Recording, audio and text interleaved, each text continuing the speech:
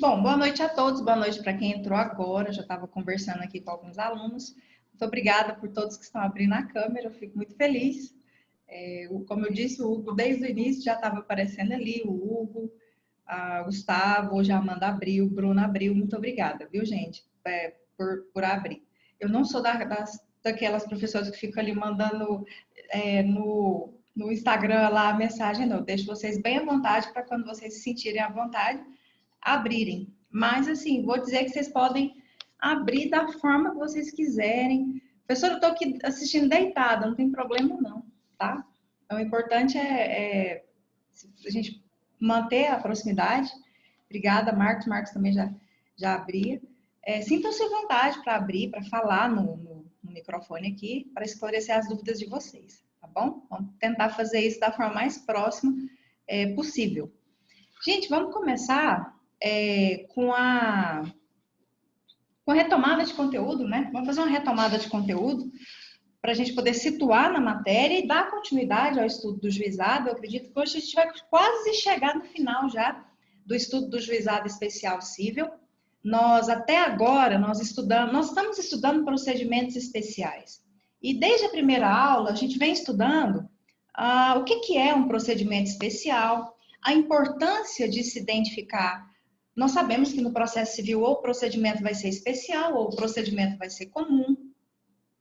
E vimos que há essa necessidade de identificar primeiro o que é um procedimento especial, porque se ele não for especial e não estiver previsto do 539 ao 770 do CPC ou em uma lei especial, nós estaremos diante de um procedimento comum. O procedimento comum é aquele procedimento que tem uma natureza residual, ou seja, é o resto. Aquilo que não é de procedimento especial vai ser de procedimento comum. Mas o nosso foco são os procedimentos especiais. E aí começamos a estudar um dos primeiros procedimentos especiais. Existe uma lei especial. No Brasil nós temos, como eu disse, nós temos 3 tipos de juizados especiais. Nós temos o primeiro, que surgiu em 1995, que é o Juizado Especial Cível, que é o famoso JEC, né, o Juizado Especial no âmbito estadual. Nós temos o Juizado Especial Federal, que é o famoso JEF, que já é um juizado público, só que no âmbito federal. E nós temos o Juizado Especial da Fazenda Pública, que também é um procedimento especializado para casos em que demandamos contra pessoas jurídicas de direito público, não no âmbito federal, porque aí já seria o Juizado Especial Federal, mas no âmbito estadual, municipal ou distrital, e aí já entra o Juizado Especial da Fazenda Pública. Nós estamos dando o JEC.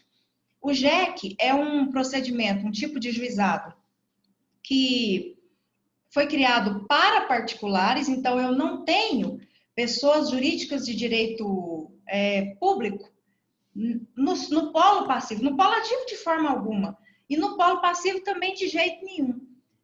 Pessoas jurídicas de direito público não podem ser partes em um juizado especial. Então, é um juizado que foi criado para particulares. E na aula passada, nós estudamos toda aquela principiologia do juizado especial cível, que está prevista no seu artigo 2º, e estudamos o princípio da informalidade, compreendemos por que alguns juizados adota procedimentos diferentes se a lei é uma só, né? Por exemplo, a lei 9.099, ela é única.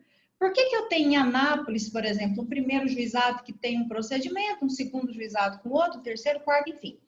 Isso tudo em razão do princípio da informalidade, que permite que os atos sejam praticados de forma diferente, desde que atinjam a sua finalidade e não tragam prejuízo para as partes. Temos uma lei 9.099, que é extremamente aberta, com várias lacunas, e que não estabelece um procedimento linear, como a gente observa no Código de Processo Civil, com procedimento comum. O grande exemplo, e aí é onde temos que buscar a aplicação subsidiária no Código de Processo Civil. Naquilo que aquela lei 9.099, ela é ausente, ela é omissa, né? Existe essa lacuna. O grande exemplo que nós temos é o prazo de resposta do réu. No Juizado Especial Cível, nós ajuizamos uma ação inserimos petição inicial, documentos. Se nós estamos pedindo uma tutela de urgência, uma liminar, o juiz já analisa essa liminar no início, antes da audiência de conciliação, e designa uma audiência de conciliação. Tendo acordo nessa audiência de conciliação, excelente, o processo vai ser encerrado pela ocorrência da conciliação. Vai ser homologado por sentença. Não tendo acordo, é possível, em algumas situações, que o juiz abra um prazo de 15 dias para a resposta do réu. Então, eu tenho aí uma resposta do réu no prazo de 15 dias. Quando eu pego a Lei 9.099, eu não acho esse prazo de 15 dias. Ela é omissa. Eu busco... De onde saiu esse prazo de 15 dias? É um exemplo de aplicação subsidiária do Código de Processo Civil. É a busca da autocomposição. A autocomposição, Ana Carla, é uma forma de solução de conflito. Só que existem 3 formas de solução de conflito. Eu tenho a autotutela, que não é tão utilizada, no máximo na legítima defesa da posse, em algumas outras situações. Fazer justiça com as próprias mãos, é a lei de Talião, olho por olho, dente por dente. Outra grande forma é a autocomposição. A autocomposição seria, nós duas estamos com algum problema, um litígio, alguma coisa, e nós duas, as partes, não nomeamos um terceiro, seja o Estado, ou seja um mediador, um árbitro, mas nós duas chegamos nesse acordo. Agora, a partir do momento em que nós entregamos para uma terceira pessoa essa composição, aí já é a heterocomposição. A heterocomposição é porque uma terceira pessoa vai intermediar um acordo entre nós duas. A autocomposição seria nós duas fazendo um acordo independente da interferência de uma terceira pessoa. Então, a autocomposição, ela não é chamada de princípio. A autocomposição, ela é uma das formas de solução de conflitos. Existem 3. Existe a autotutela, a autocomposição e a heterocomposição. No caso do juizado, se tiver um acordo, por exemplo, por intermédio de um conciliador, nós estamos diante da heterocomposição e não da autocomposição. Deu para compreender? Ok? Beleza. Seguindo aqui. Enfim, esse prazo de 15 dias, ele vai vir de um Código de Processo Civil que traz um prazo de 15 dias. Estudamos o princípio da economia processual e daí justifica que não temos custas iniciais no juizado especial civil, não temos condenação em honorários advocatícios, vamos ter condenação em honorários advocatícios lá se houver recurso na decisão da turma recursal, não na primeira fase. Então, sim, um processo no juizado, ele é um processo mais barato, economicamente falando, ele sai muito mais barato, pesa menos no bolso, e é um dos motivos pelo qual as pessoas procuram o juizado para poder fazer essas ações, né? Não existe custas, não existe condenação em honorários advocatícios, só em fase de recurso. Alguém tem alguma dúvida?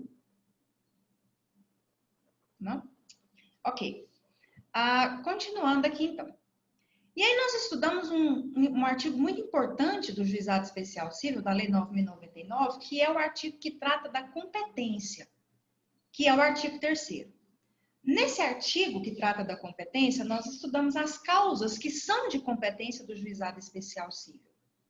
E aí vimos que compete ao Juizado Especial Civil o julgamento das causas de menor complexidade, e é nesse ponto que eu pedi até para vocês grifarem no material ou no vademecum de vocês, porque aqui é onde a gente vê que aquelas situações em que demandam uma alta complexidade probatória não podem tramitar no juizado, até porque não se admite a produção de prova pericial no juizado especial civil. No federal a gente vai ver algumas exceções, mas no JEC não se admite a produção de prova pericial. E aí vimos que compete ao juizado a processar e julgar causas cujo valor não exceda 40 salários mínimos, de menor complexidade. E também entramos numa questão que até o Hugo colocou sobre essa divergência doutrinária, jurisprudencial, sobre 2 incisos do artigo 3º, que é o inciso 3 e o inciso 4.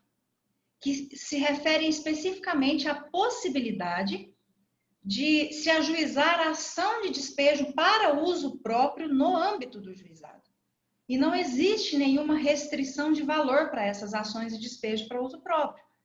O inciso 4, por sua vez, já prevê que também são possíveis ações possessórias no juizado especial civil, desde que o valor do imóvel não exceda os 40 salários mínimos. Então, temos situações muito semelhantes com tratamentos diferentes.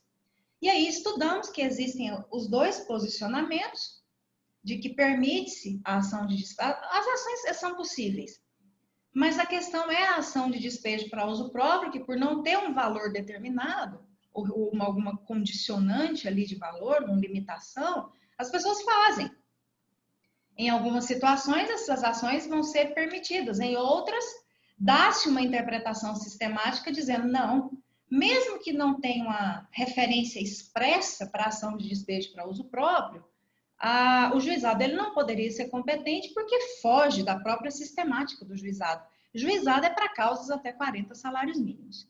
E temos essas duas posições, uma posição majoritária, mas também não é tão majoritária, não há essa disparidade tão grande de pensar assim, nossa, 80% da jurisprudência é sobre, no sentido do não e 20% sim, não. É algo bem acirrado, mesmo a ponta aí de muitas pessoas já terem conseguido fazer as suas ações de despejo para uso próprio no âmbito do juizado, independente do valor do imóvel. Já aconteceu no Brasil isso. Então, temos aí dois posicionamentos que vocês precisam conhecer. E aí, ainda estudando, seguindo o nosso estudo, nós analisamos um ponto muito interessante, vou chamar a atenção de vocês para isso. Estamos estudando juizados, vamos passar aí algumas aulas estudando esses 3 juizados. E a gente tem que focar muito no não.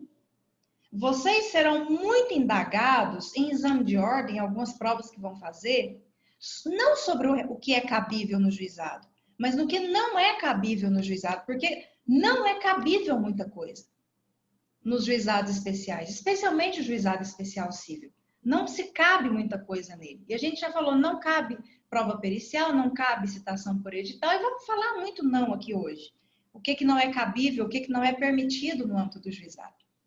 E nós encerramos a nossa aula passada falando exatamente sobre as ações que não podem, em hipótese alguma, independente do valor da causa, existem ações que não podem ir para o juizado. Você pode estar com uma ação dessa e o valor da causa pode ser R$1.000, pode ser um salário, pode ser um salário e meio. Essas ações não podem ir para o juizado. E aí falamos as seguintes, falamos que as ações que envolvam alimentos não podem ir para o juizado, e isso eu já puxei todas essas ações que envolvam o estado e a capacidade das pessoas, que são geralmente competência da vara de família, divórcio, alimentos, ação de filiação, investigação de paternidade, as ações de interdição, adoção, tutela, curatela, inventário e partilha, adoção, enfim, são ações que não são ações próprias para juizado. A ação de juizado são ações de natureza patrimonial de menor complexidade. Algo que seja de grande complexidade, que haja até a necessidade de intervenção do Ministério Público, não vai poder ir para um juizado especial civil. Não há essa intervenção do Ministério Público nos procedimentos do juizado. E aí nós vimos que as ações de natureza falimentar também não podem ir para o juizado. As ações de natureza falimentar são todas aquelas que são ligadas a alguma situação de falência, independente do valor. Vimos também que ações de natureza fiscal também não podem ir para o juizado, até porque qualquer coisa que eu vá discutir no âmbito fiscal, eu posso me deparar com pessoas jurídicas de direito público, com a fazenda pública. E nós teremos aí dois impedimentos. A ação de natureza fiscal e a ação que envolve o interesse da fazenda pública, elas não são de competência do juizado, porque o JEC é um juizado que foi criado para questões particulares e para pessoas particulares, não pessoas públicas. Pessoas públicas no sentido de pessoa jurídica de direito público. Vimos que ações que envolvam o interesse da fazenda pública também não é cabível. Vimos também que aquelas ações que se refiram a resíduos também não são de competência do juizado, independente do valor. O que é uma ação específica de resíduo, para tratar de resíduo? Resíduo é algo, a gente sabe que é um resto de alguma coisa, mas a gente está aqui falando de... As ações que tratam de resíduos são aquelas ações em que vão cobrar de alguém, de algum banco, alguma atualização monetária que não foi feita em algum período. Por exemplo, a poupança. Poupança é um tipo de investimento. Um investimento não é tão rentável, né? Existem outros mais rentáveis, mas é um tipo de investimento. Quando você quer guardar um dinheiro, você coloca seu dinheiro na poupança, que ali vai ter uma incidência, né, de algum jurinho ali mensalmente, que vai aumentar aos poucos, dependendo do que a gente coloca. Claro que se colocar demais, vai aumentar mais, né? Mas o que acontece? Por alguns períodos, não ocorreram essas atualizações monetárias nessas contas. E algumas pessoas ajuizam a ação, por exemplo, contra o Banco do Brasil, pedindo para que, num determinado período em que não houve essa atualização monetária, esse resíduo, para cobrar esse valor. E geralmente são valores que são inferiores a 40 salários mínimos. Bom, é uma ação que tem uma aparência de ser de competência do juizado, mas por se tratar de resíduos, ela não pode ir porque a Lei 9.099 veda a ação para discutir resíduos, pequenos valores que não incidiram. Aconteceu muito, para vocês terem uma noção, um exemplo mais recente, não é o caso do juizado porque envolve a FGTS, então vai envolver a Caixa Econômica Federal, vai envolver o outro juizado, que é o Juizado Especial Federal, não o nosso JEC aqui da aula de hoje. Mas eu não sei se vocês lembram, quando saiu aquela notícia, se você, trabalhador, teve a carteira assinada nos anos tal a tal, você pode ajuizar uma ação para rever atualizações monetárias, atualizações que não foram feitas no FGTS no período de tal a tal, porque o governo na época não fez isso. Nossa, choveu essas ações aí de resíduo no Juizado Especial Federal para cobrar, né, para que a Caixa Econômica pagasse para essas pessoas essas diferenças que não foram calculadas na época envolvendo o FGTS. Isso é uma ação de resíduo, para a gente poder compreender melhor. E na aula passada... Professora? Oi? Deixa eu só esclarecer. Quando tem uma ação de precatório, eu não sei se é precatório, para receber, então, vou explicar bem prático, eu não consigo com as palavras certas. Meu avô era fiscal de renda, e aí o governo não atualizou os benefícios. É uma ação de resíduos? Ele não recebeu... Não foi reajustado. Atualizações, ou ele não recebeu alguns benefícios que ele tinha direito de receber? Aí eu tenho que ver depois direito. Eu sei que o governo de lá ele não recebeu as coisas que eram devidas. É federal? Sim. Ele é servidor federal. Uhum. Tem que ver, Natália, se foi assim, se ele não recebeu alguns direitos que ele tinha, não é resíduo. Agora, resíduo Ele já tinha e não atualizou. Não foi atualizado, não foi feito correção. Acho que é o caso. O governador não... Quando não foi atualizado o valor, não sofreu aquelas atualizações por lei. Por exemplo, a FGTS. A FGTS tira lá 8% por mês e todo ano tem que aplicar 3% para aumentar. Vamos supor que ele teve, uma pessoa tem, mas os 3% não foi feita a correção para aumentar. Isso é resíduo. Agora, quando não é pago um benefício ou um direito que ele tinha, não é ação de resíduo. É uma ação sim, mas não envolvendo resíduo. É outra ação. Ok? Tá bom, obrigada, professora. Por nada. Aí você vê melhor, qualquer coisa você me manda mensagem e eu te passo, tá bom? Bom, e nós paramos na nossa aula passada sobre uma questão muito interessante, porque aparece aí na Lei 9.099 que não compete ao juizado julgar causas de acidente de trabalho. Foi onde nós paramos na aula passada. Como assim um acidente? O que um acidente de trabalho estaria fazendo na Lei 9.099, considerando que a competência para causas envolvendo indenização por acidente de trabalho é de competência da Justiça do Trabalho. O que tem a ver a Lei 9.099 com acidente de trabalho? Tem muita coisa a ver, sim. O que acontece, é até bom para a gente compreender um conflito de competência que aconteceu na história do processo civil, muito importante. O que acontece? A Justiça do Trabalho, ela nem sempre foi competente para as ações de indenização de acidente de trabalho. Ela adquiriu essa competência em 2004. Em 2004, nós tivemos uma emenda, que foi a emenda número 45 de 2004. Essa emenda modificou tanto o texto constitucional que ela acabou sendo chamada até de reforma constitucional no ano de 2004. É a famosa emenda 45. A emenda 45 fez uma reviravolta na nossa Constituição Federal. Tá. Essa emenda 45 de 2004, ela disse que a competência para julgar causas envolvendo acidente de trabalho era da Justiça do Trabalho. Então, antes era da vara civil. As ações por acidente de trabalho, até 2004, a competência era da Justiça Comum Estadual, era da vara civil. Então, as varas cíveis, os fóruns, eram sobrecarregadíssimos de ação de acidente de trabalho.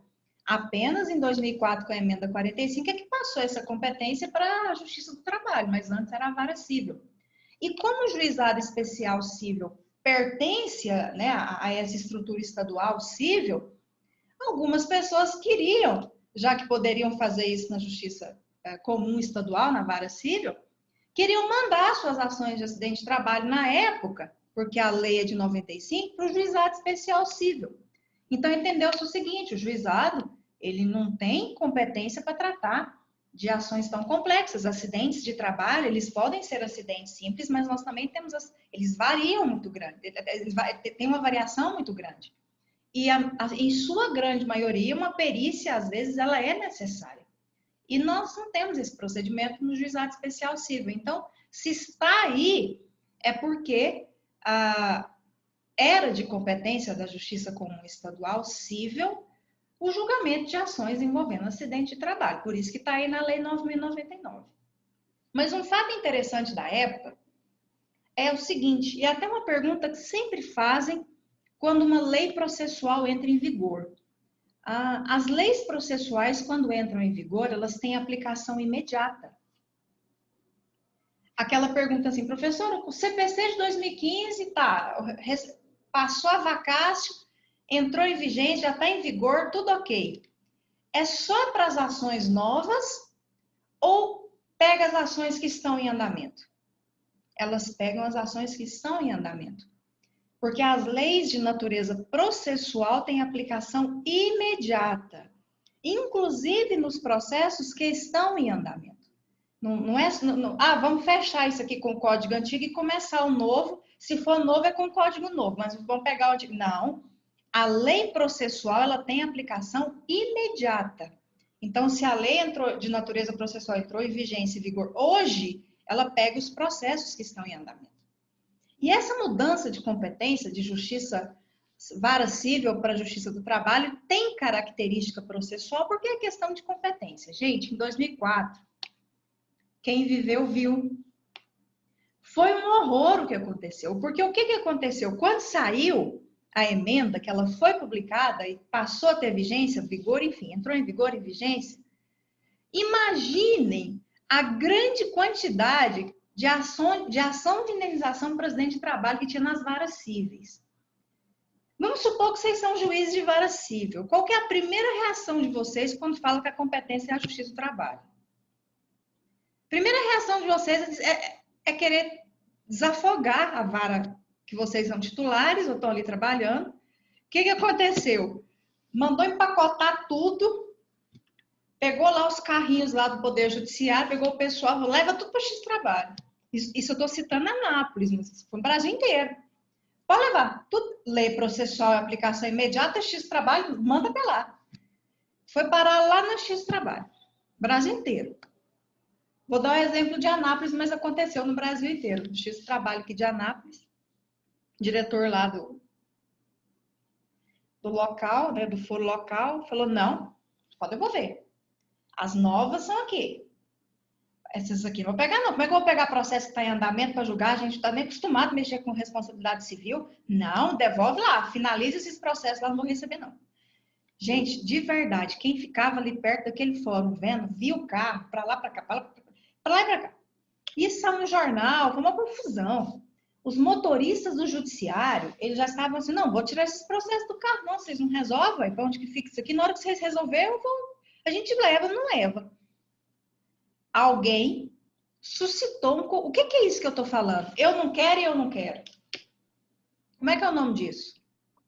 De competência. Conflito de competência. Nesse caso, negativo. Negativo. Nós temos dois tipos de conflito de competência. O positivo, quando eu quero, não sou eu, não sou eu. Briga para ser, né? É difícil achar isso no judiciário, mas existe. Tem mais o negativo. Mas também aqui nós temos, eu não quero, não sou eu. Mas também não sou eu. Bom, alguém vai ter que resolver isso aí. Quando eu tenho um conflito de competência entre a justiça comum, seja estadual ou federal, justiça comum e justiça especializada, que no caso é a trabalhista, o tribunal competente para julgar é o STJ. É o STJ que tem competência para julgar esse conflito. Então, suscitou-se o conflito negativo de competência nessa situação. Porque assolava o Brasil inteiro. Todo mundo mandando para a Justiça do Trabalho. Vou falar para vocês, o problema foi que o STJ segurou isso de 3 a 4 anos para resolver. E quando esse conflito foi suscitado, foi dado um efeito suspensivo. Suspende todas as ações de indenização por acidente de trabalho no Brasil, até o STJ falar quem vai julgar essas ações. Acidente de trabalho é um negócio complicado. As pessoas precisam, né? Pode ser um acidente que a pessoa está sem trabalhar, pode ser um acidente que a pessoa morreu. Eu lembro de muitas situações de pessoas que tinham morrido, que as famílias estavam aguardando essas indenizações, e demorou muito para se resolver. E aí o STJ veio e resolveu. A lei é uma norma que tem uma característica processual porque trata de competência. Competência tem natureza processual. E normas de natureza processual têm aplicabilidade imediata.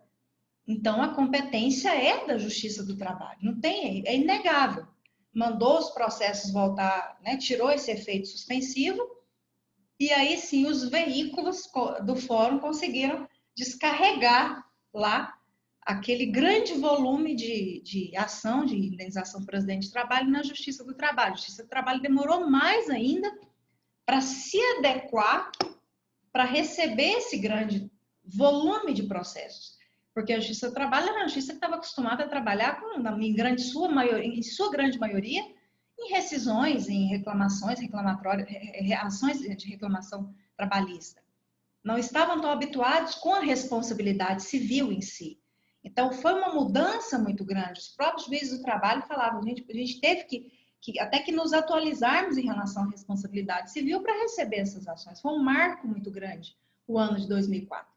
Mas, assim, só para justificar por que vocês vão achar aí na Lei 9.099 os acidentes de trabalho. E não podem, mas também já não podem hoje, porque é a competência da Justiça do Trabalho, mas quando era de competência da Vara Civil Comum, também não podia, tá? Até pela natureza das ações de acidente de trabalho, e também quis deixar aí um registro de um grande conflito negativo de competência que o processo civil viu acontecer no ano de 2004, envolvendo a Justiça Comum com a Justiça do Trabalho, julgada pelo STJ. Bom, seguindo aqui o nosso estudo, vou pegar aqui, a gente passou. A questão da renúncia, tá? Que a gente está acompanhando aí o material, nosso material, que é a apostila. Daqui a pouco eu compartilho algumas questões aí de tela com vocês, mas vamos seguindo aqui que dá para fazer aí com vocês acompanhando. A questão da renúncia. Eu falei na aula passada para vocês que a competência do Juizado Especial Civil, ela é uma competência considerada competência relativa. Ela não é absoluta como os outros juizados são. Essa competência relativa significa é facultativo à parte optar pelo procedimento do juizado. Eu tenho uma ação em que eu fui ofendida em um grupo de WhatsApp. Eu posso perfeitamente, eu me senti ofendida nesse grupo. A gente está no grupo da sala, eu me senti ofendida por alguma coisa, ou o Gabriel se sentiu ofendido por alguma coisa que foi dirigida a ele, enfim, qualquer um de nós aqui nos sentimos ofendidos e estamos ajuizando uma ação de indenização por danos morais contra a pessoa que nos ofendeu desse grupo. Eu posso escolher entre mandar a minha ação para o juizado especial civil, como eu posso escolher por não quero o juizado especial civil, eu quero a vara civil. E coloco lá na minha vara civil. Eu tenho a liberdade de escolha. Isso é competência relativa. É facultativo a gente escolher o procedimento do juizado especial civil. Quando a gente estiver estudando os outros juizados, a gente vai ver que não são facultativos, são obrigatórios. É a competência absoluta. Então, causas de JEF obrigatoriamente devem ir para o juizado especial federal. Agora, no juizado especial civil, não. Ele é facultativo. A gente viu isso. Tá. Agora, a partir do momento que eu escolho o procedimento do juizado, e é uma escolha, eu optei por esse procedimento, eu estou renunciando, a partir do momento que eu coloquei minha ação lá, eu já estou renunciando qualquer direito que exceda 40 salários mínimos que seja comprovado. Então, suponhamos que eu ajuize uma ação contra o Bruno. O Bruno me deve 75 mil. E tem como eu provar que o Bruno me deve 75 mil? Eu tenho documento de que o Bruno me deve 75 mil. Só que eu, por uma questão de economia processual, por uma questão de celeridade, eu escolhi o procedimento do juizado. Eu não vou para a vara civil cobrar os 75 mil. Você pode ter certeza que você pode até colocar na petição inicial, eu vou colocar na petição inicial que ele me deve 75 mil, posso até colocar. Posso até juntar as provas que ele me deve 75 mil, mas a partir do momento em que eu escolhi o procedimento do juizado, a sentença ela é limitada ao valor de 40 salários mínimos. O juiz entende que eu renunciei qualquer valor, mesmo que esteja provado, superior a 40 salários mínimos. Essa renúncia ela é tácita.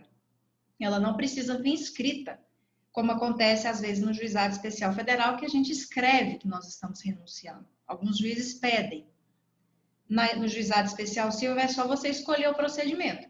Colocou lá, tacitamente já houve uma renúncia a qualquer direito que exceda 40 salários mínimos. Pode falar, Natália. Vamos supor que depois que eu tenha entrado com a ação, já tenha tido a sentença, eu renunciei ao excedente, mas tem algum jeito de posteriormente, não é entrar com essa ação, porque a ação já teve, né? Não tem jeito, né, de eu pegar esse excedente em outro processo. Muitas pessoas tentam isso, mas não pode fazer esse fracionamento. O que vai acontecer? Vão alegar coisa julgada. Você pode até fazer, mas a outra parte já vai colocar uma preliminar de coisa julgada na hora e vai ser acatada, tá? Muita gente já tentou fazer isso. Muita gente já tentou fazer isso. Bom, continuando. Então, existe uma renúncia ao excedente do crédito. Em relação à competência territorial, é aonde eu ajuizo a minha ação que eu quero mandar para o juizado especial civil. Qual que é a competência territorial? A comarca agora, porque a matéria é o juizado. Agora a comarca, o local. Gente, primeira coisa, quando vocês forem estudar competência, não só no juizado, tá? Em qualquer questão do processo civil. Quando forem estudar competência, a primeira coisa que a gente tem que ver são as regras especiais de competência. Existem regras especiais. Por exemplo, ação de alimentos no foro do alimentando, que não é o caso do juizado, mas a gente sabe que é uma regra especial. Relação de consumo, foro do consumidor. Então, eu preciso verificar as regras especiais de competência para depois estudar as regras gerais, que a regra geral é o domicílio do réu. Mas no juizado, dificilmente nós iremos cair na vala da regra geral do domicílio do réu. Vamos lá. Primeira questão.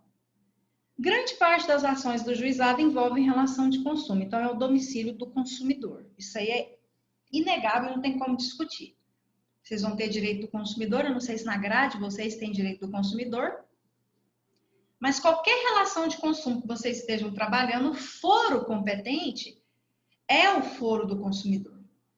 Então, aí você já elimina muitas questões aí envolvendo o juizado. Outra regra especial, por exemplo, idoso. Idoso também tem prerrogativa de local, domicílio do idoso. Outra questão, se vocês estão em uma ação discutindo alguma obrigação que não foi cumprida, é o local onde a obrigação deveria ter sido cumprida, é o local da ação, não é domicílio do autor e réu. Pode até que seja dos dois, mas é onde foi assumida a obrigação. Esse vai ser o local da ação. Se vocês estão discutindo um contrato, tem no contrato onde essa ação vai ter que ser ajuizada, a não ser que seja um contrato de adesão, que aí vai cair na questão da relação de consumo, e é o foro do consumidor.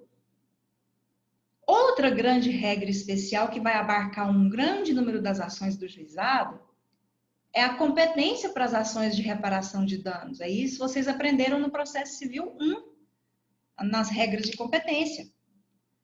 Nas ações de reparação de danos são as ações indenizatórias. Relação de consumo é consumidor, mas tem outras ações indenizatórias. E essas ações de reparação de danos, o foro competente é o domicílio do autor, está lá no artigo 100 do Código de Processo Civil. É o domicílio do autor ou o local do fato. Regras de competência para ação de indenização. Se for relação de consumo, é o domicílio do consumidor. Outras indenizações. Domicílio do autor da ação ou do local do fato. Tanto faz. Um dos dois. Não é o do réu. Agora, se não se encaixa em nenhuma dessas situações que eu falei, aí vai ser o domicílio do réu. Que vai ser difícil não se encaixar. Olha esse exemplo da ação de indenização, domicílio do autor ou local do fato. Suponhamos que eu e o Hugo, nós colidimos nosso veículo. Não teve danos físicos, apenas nos veículos. O Hugo teve um prejuízo de 10 mil, eu tive um prejuízo de 8 mil. Perfeitamente possível uma ação no juizado, não tem necessidade de... ninguém lesionou, nós não machucamos nesse sinistro, só os nossos veículos. Eu alego que a culpa é do Hugo, o Hugo alega que a culpa é minha. Mas o Hugo ajuizou a ação primeiro. Suponhamos que eu moro em Anápolis, eu estou aqui, moro em Anápolis. Hugo, você mora em Anápolis, Hugo? Eu moro em Petrolina. Hugo lá em Petrolina. Só que nós batemos o carro lá em Pirinópolis. Furamos a quarentena, fomos lá para Pirinópolis. E numa das ruazinhas lá, nós chocamos nosso veículo. Ele ajuiza a ação primeiro. Ele foi lá, ele fala que foi aquela confusão. Não, foi você, não vou pagar, enfim. Alguém vai lá e ajuiza primeiro. Ele foi lá e ajuizou a ação primeiro. Qual que é o foro competente para essa ação? Ou é Petrolina, porque é o domicílio do autor, ou Pirinópolis, que é o local do fato. Não é o meu, não é o domicílio do réu. Então, nas ações de reparação de danos, tanto faz. Ou vai ser o domicílio do autor ou do local do fato.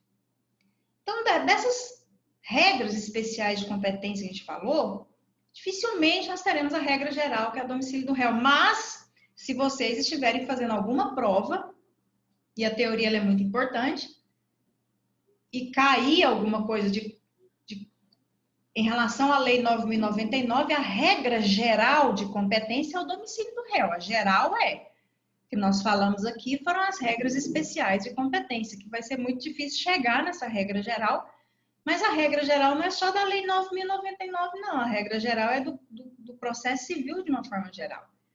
A regra geral é o domicílio do réu. A gente só usa essa regra geral quando a gente não encaixa em nenhuma situação das regras especiais de competência. Aí eu vou recomendar para vocês a leitura do artigo 100 do Código de Processo Civil, que vai trazer essas regras especiais de competência de uma forma mais clara, que vão se aplicar à Lei 9.099, tá?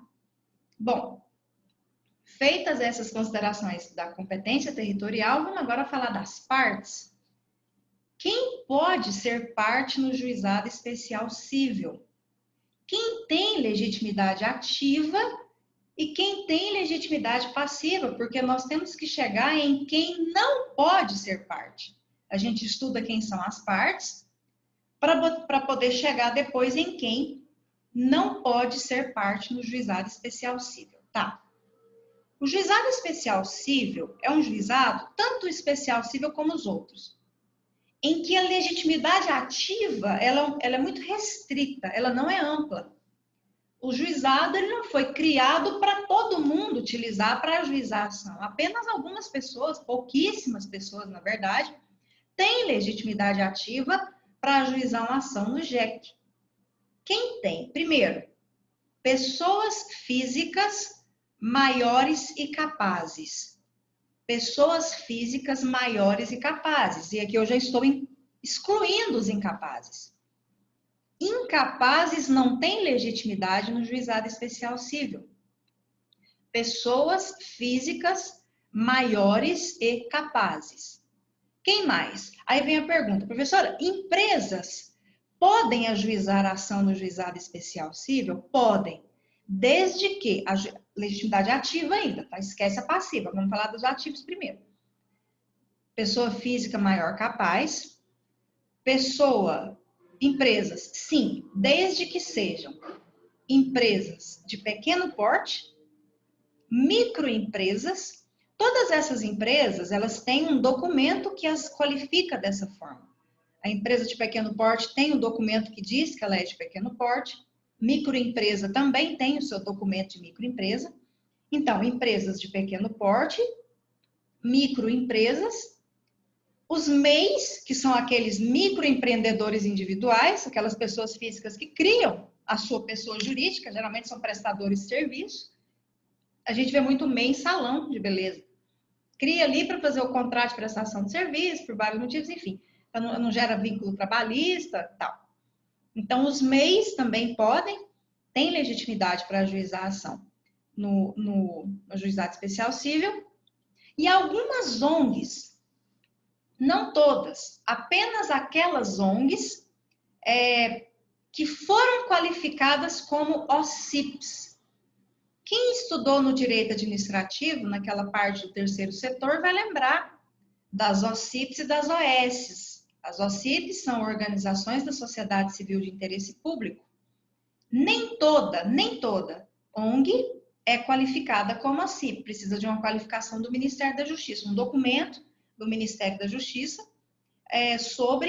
qualificando aquela ONG como a OCIP. Então, não é qualquer ONG, tá? Cuidado com esses pegas em concurso público ou no exame de ordem aí. Porque, às vezes, quem vai ajuizar uma ação tá lá, a organização não governamental, tal.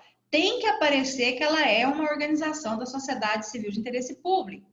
Senão, ela não tem legitimidade ativa para ajuizar no juizado especial cível. Pode ser um pega que pode aparecer para vocês. Então, vocês viram que a legitimidade ativa, ela é muito restrita.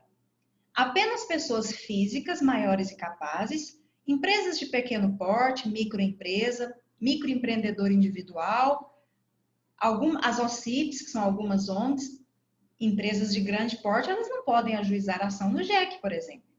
Então, observem que eu posso processar a NET, a Oi, o Carrefour, a TIM, a Vivo, no juizado especial cível, mas a Oi, a TIM, a Vivo, a NET, o Carrefour, eles não podem me processar no juizado, porque não são pequenas empresas ou microempreendedores, são grandes empresas.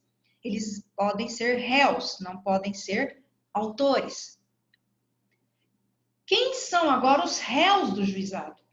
Quem tem legitimidade passiva no juizado? Aqui é um pouco mais amplo. Na legitimidade passiva, eu tenho as pessoas físicas maiores e capazes, tanto que eu exemplifiquei com o meu acidente de trânsito com o Hugo, lá em Pirinópolis. O Hugo me processou, 2 pessoas físicas maiores e capazes. E pessoas jurídicas de direito privado, independente do porte. Pode ser a empresa de pequeno porte, pode ser a microempresa, pode ser a grande empresa, a imensa empresa.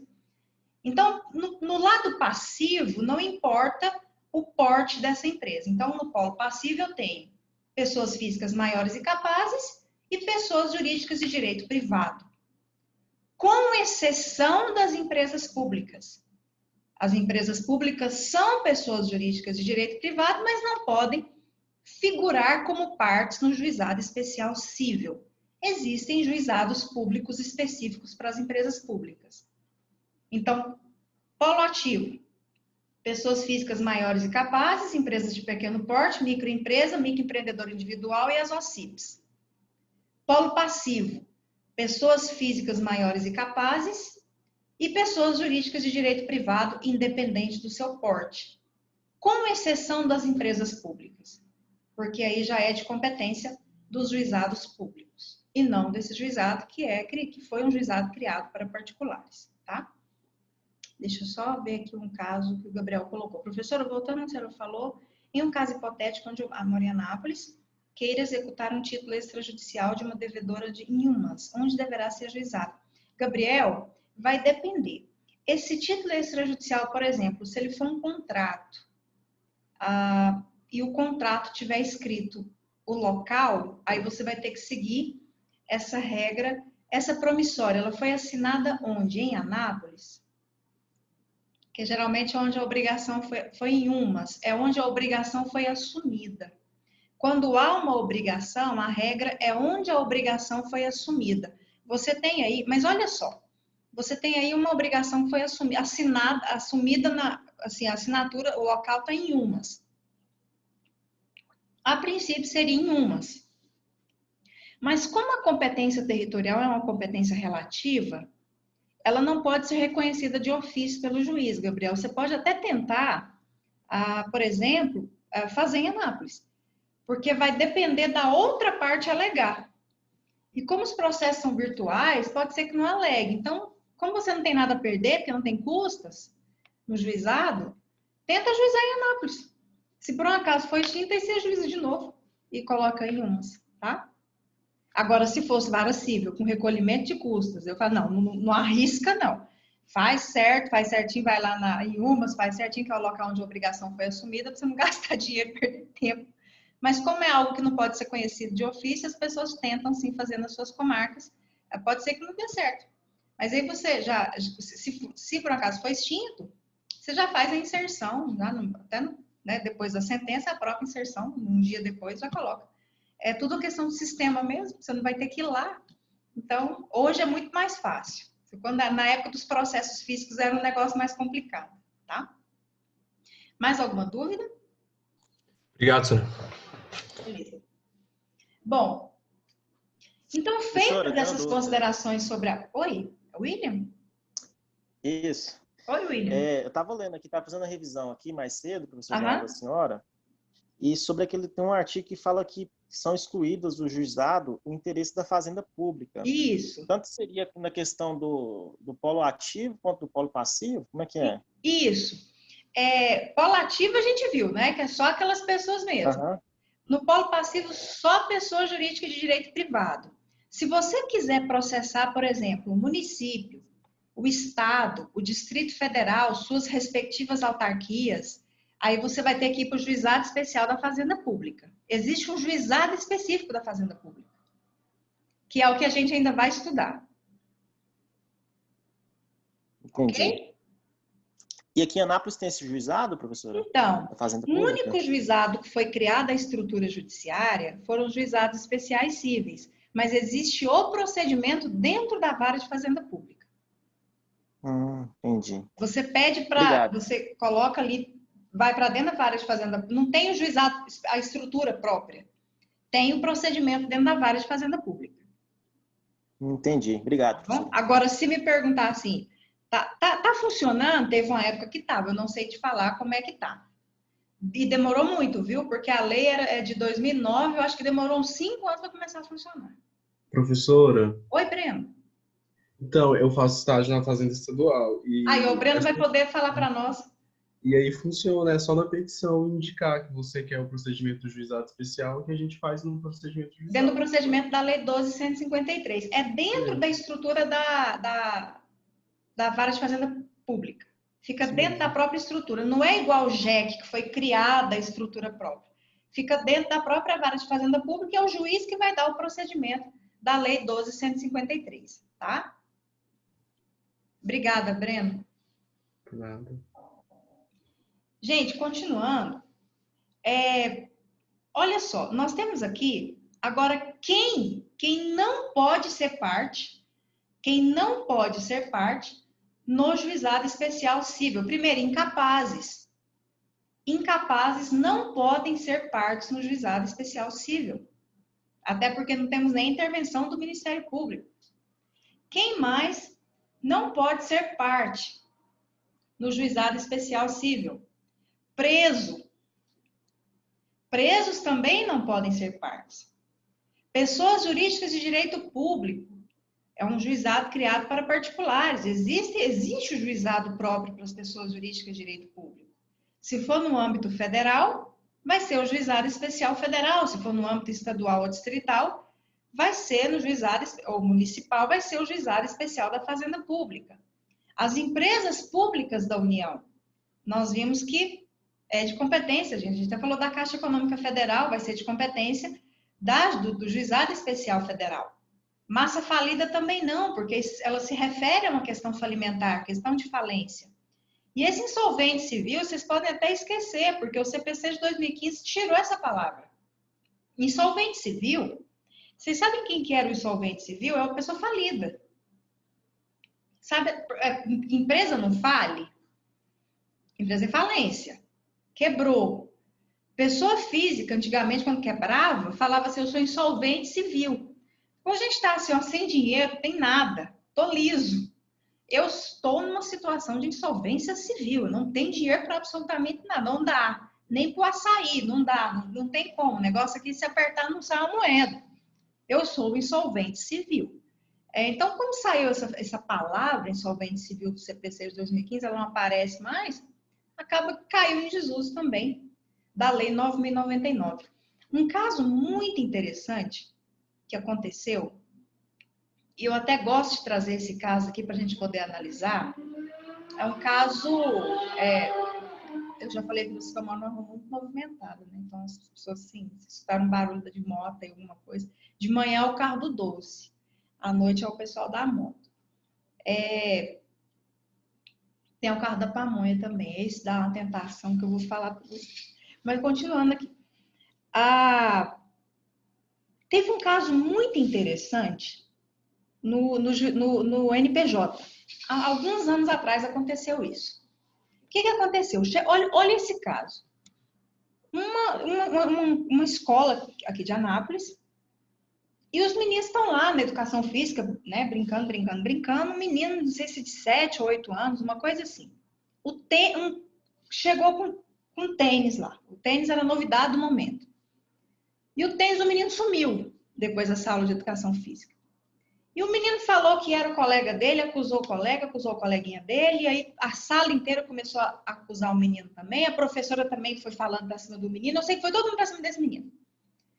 E aí a mãe do menino apelou, virou aquela confusão, falou que não foi o menino, aí passou o dia, o menino ia pra aula, todo dia na aula acusando esse menino, e juntava o tal do bullying, que vocês já sabem como é que funciona. O menino foi chamado na diretoria, a diretora apertava esse menino. Eu sei que esse menino não queria mais ir para a escola. Esse menino passou a ter febre, isso foi uns 10 dias nessa luta.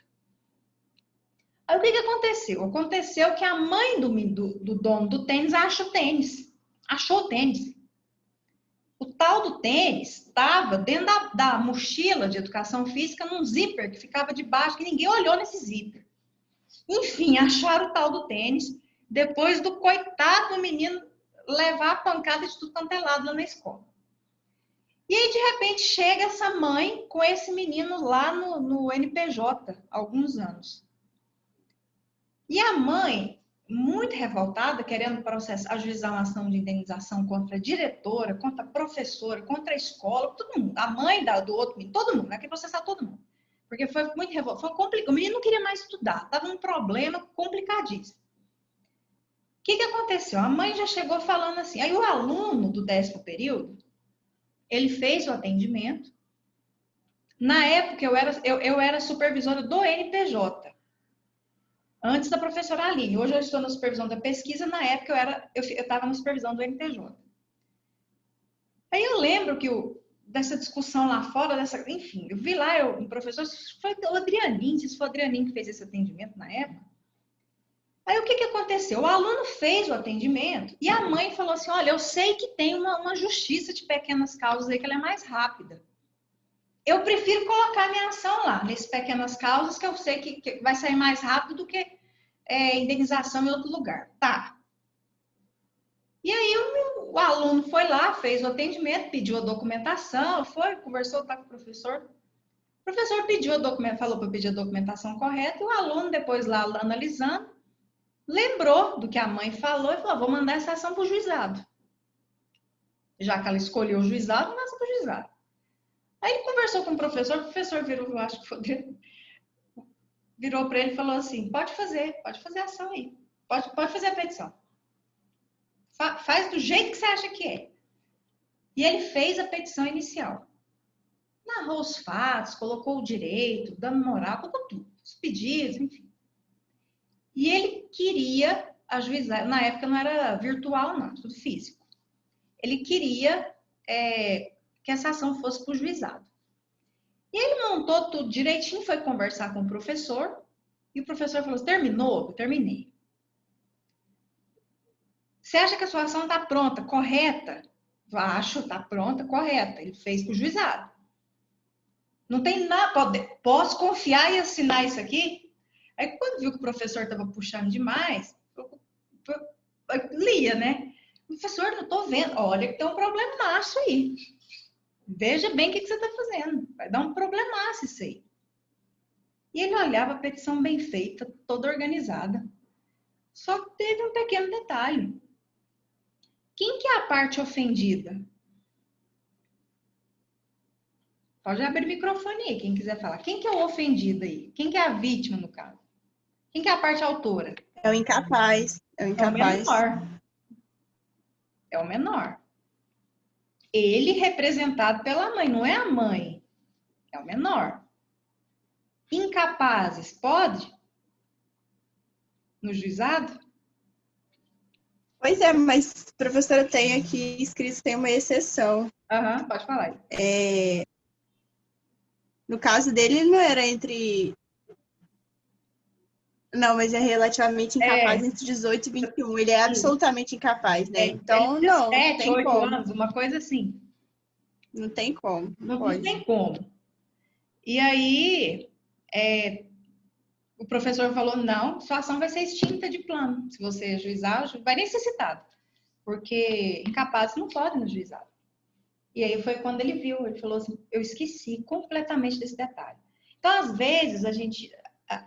vai acontecer muito, vocês vão perceber que vai acontecer isso muito. Algumas pessoas já chegam em vocês abordando com alguma possível solução. Isso acontece muito em juizado e acontece muito em execução de alimentos, quando alguém chega para vocês assim, o pai não paga alimento, não paga pensão alimentícia, eu quero a prisão.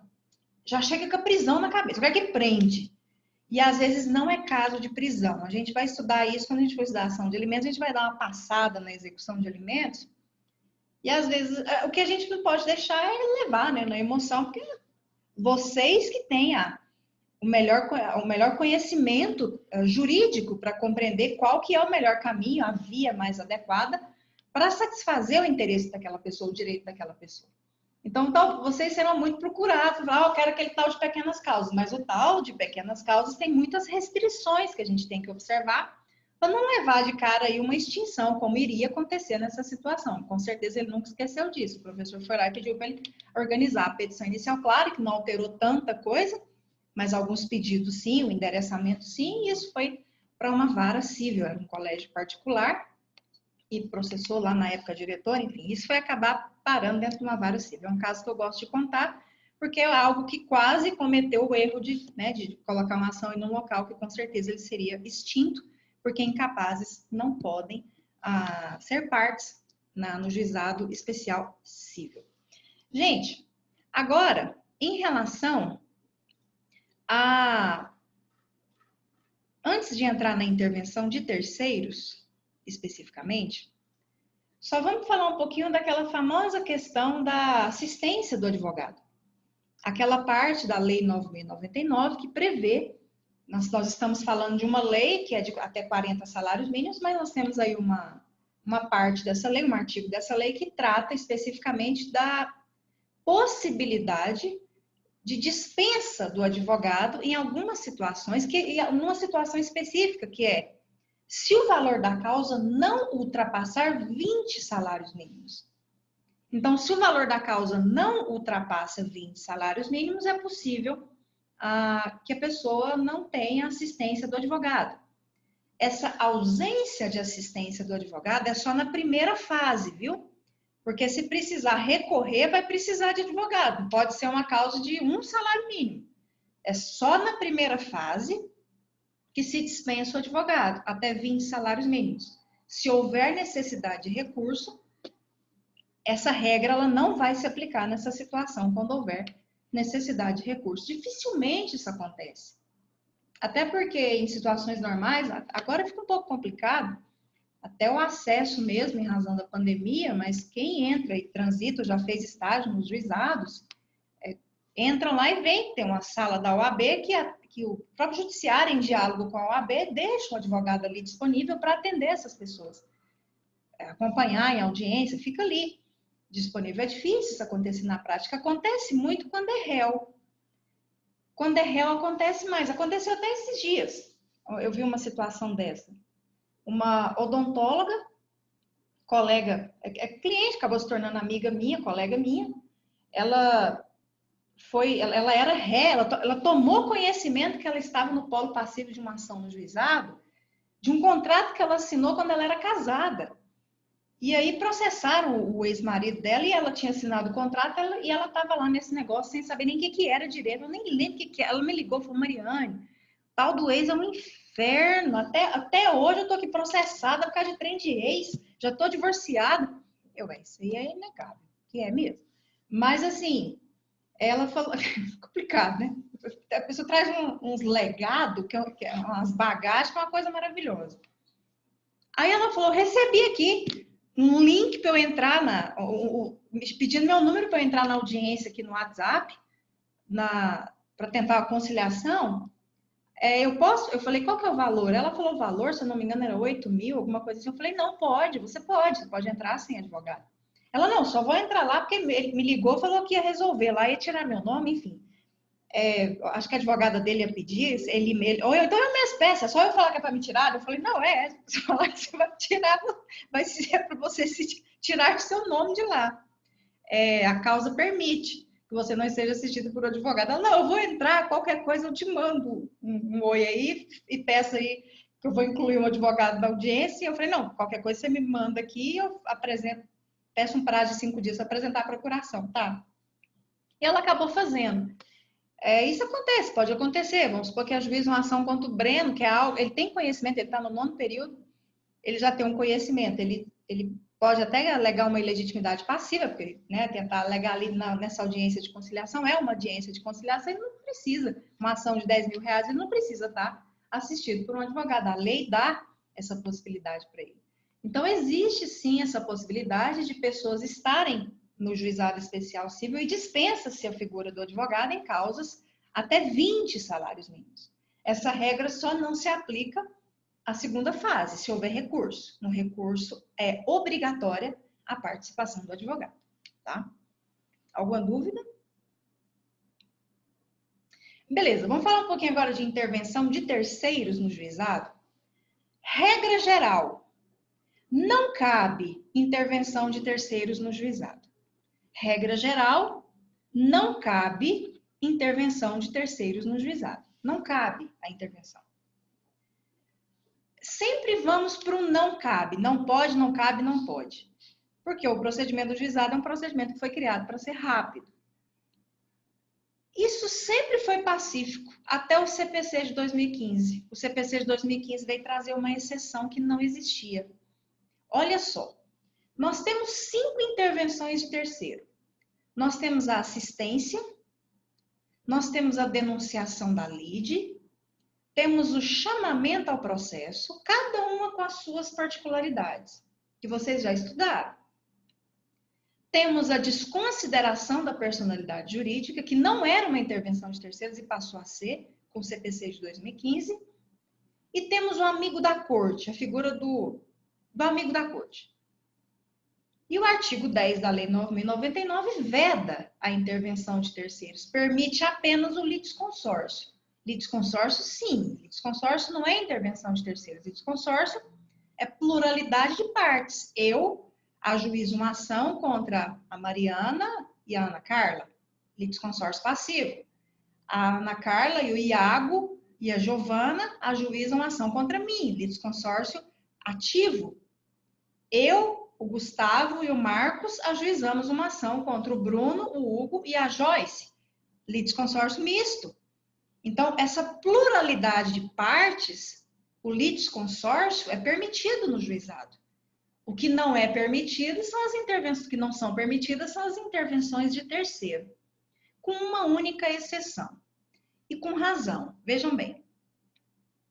A desconsideração da personalidade jurídica é um instituto que só virou intervenção de terceiros no CPC de 2015. Não era, não. Mas sempre aconteceu no juizado.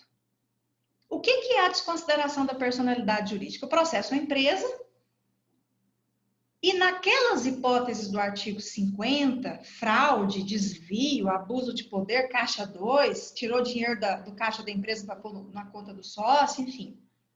Isso tem que ficar comprovado, porque só pode desconsiderar a personalidade jurídica de uma empresa para atingir o sócio com decisão judicial comprovada, com comprovação. São hipóteses de desconsideração da personalidade jurídica. Você processou a empresa e não tem bens para satisfazer. Aí você pede a desconsideração para atingir os bens do sócio. E tem que ter uma decisão judicial. Isso sempre aconteceu no juizado. Sempre. O problema foi que o CPC de 2015 colocou isso como intervenção de terceiros. Aí virou aquela polêmica. Agora que se chama intervenção de terceiros, continua o poder no juizado, porque o artigo 10 fala que não cabe intervenção de terceiros. E aí o próprio CPC veio e resolveu o problema. Quem está com o CPC aberto aí? Abre no artigo, se eu não me engano, 1062.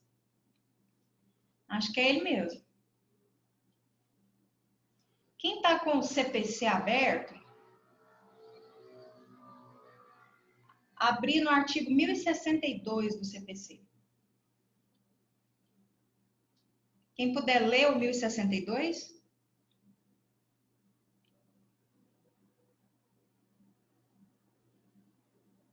Quem tiver aí pode ler já, tá?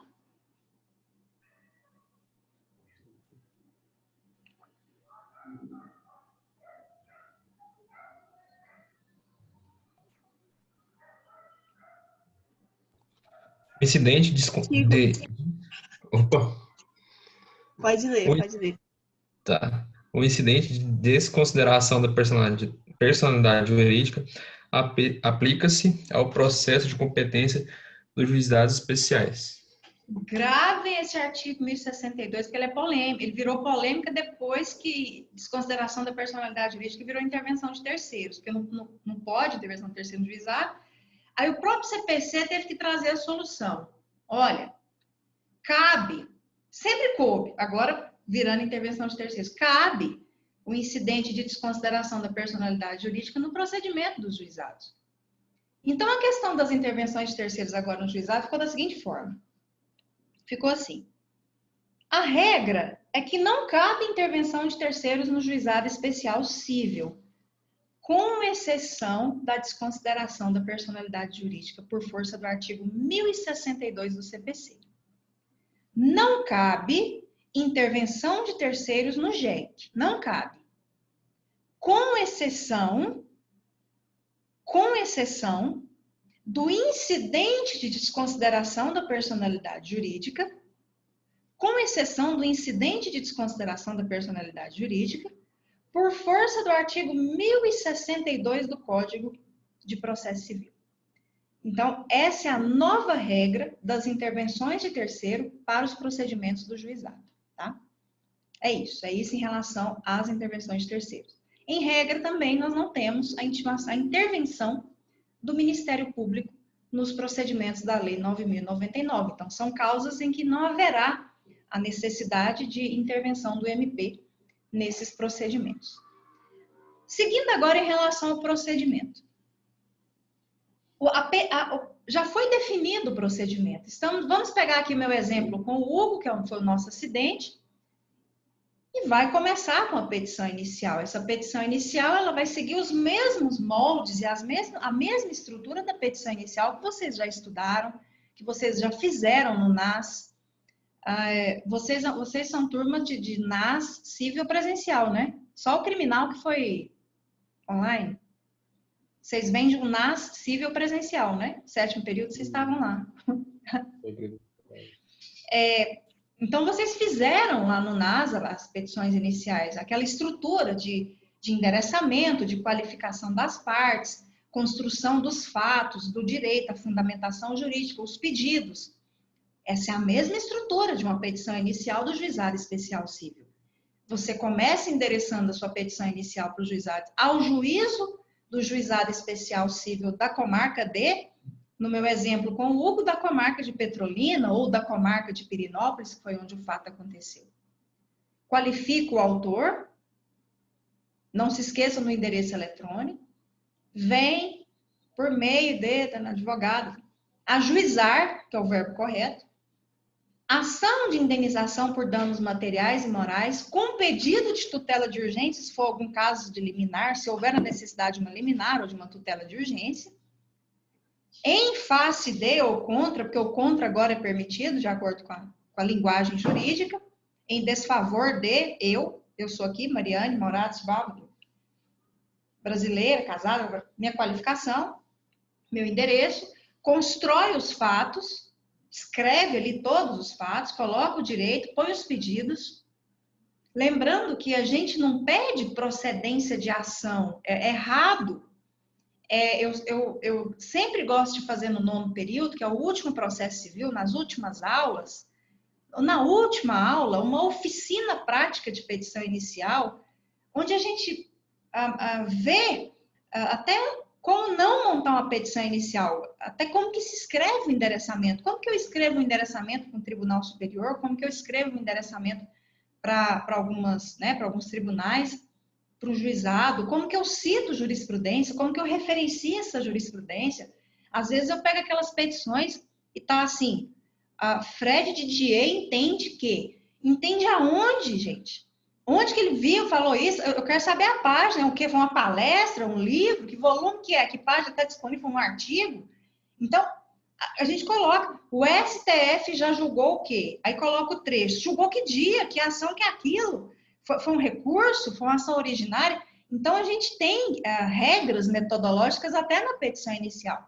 A gente tem que saber citar, e tem formas de citar. A gente pode fazer uma oficina prática de petição inicial nas nossas últimas aulas. Dá para fazer de forma presencial, dá para fazer nessa modalidade que a gente está aqui, dá para fazer de todos os jeitos, tá? É bom que façamos. A gente usa até os verbos corretos para cada ação. Isso é bem importante para vocês, principalmente, quando fazer provas sobre isso. E me lembrem no final do nosso período de fazer essa oficina prática de petição inicial. Vocês vão gostar muito da oficina. Enfim. Requer a procedência do pedido. A gente não pode requerer procedência de um direito subjetivo, que é a ação, é abstrato. E eu vejo aí, requer a procedência da ação. Requer a procedência do pedido para...